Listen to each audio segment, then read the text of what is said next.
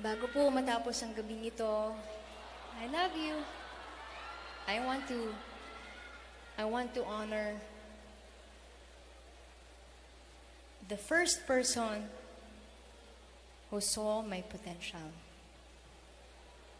Siya po yung unang taong naniwala po sa talento na binigay ng Diyos sa akin. He taught me to dream big. Ang kanya pong pagmamahal sa musika has greatly influenced me as a kid.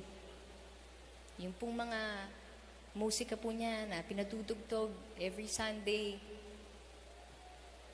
He has introduced me to different kinds of music, from the classics, Frank Sinatra, Johnny Mathis, Tom Jones, the Beatles, Elvis Presley, the Bee Gees, to the popular divas like Whitney Houston, Celine Dion, and of course, the king of pop, Michael Jackson.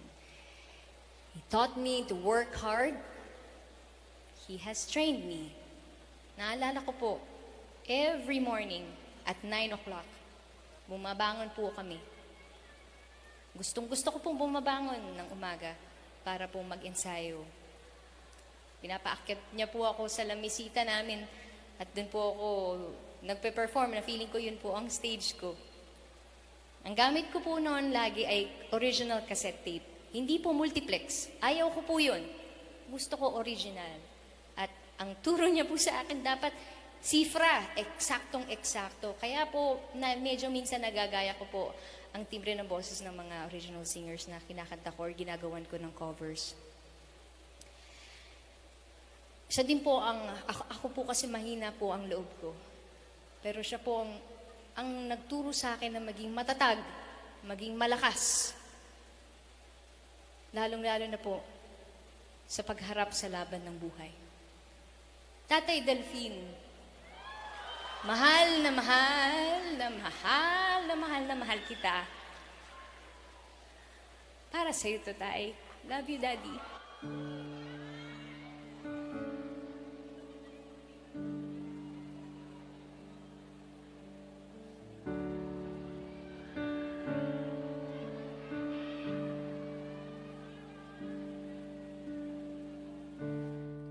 Nais kong mabuhay sa haba ng panahon.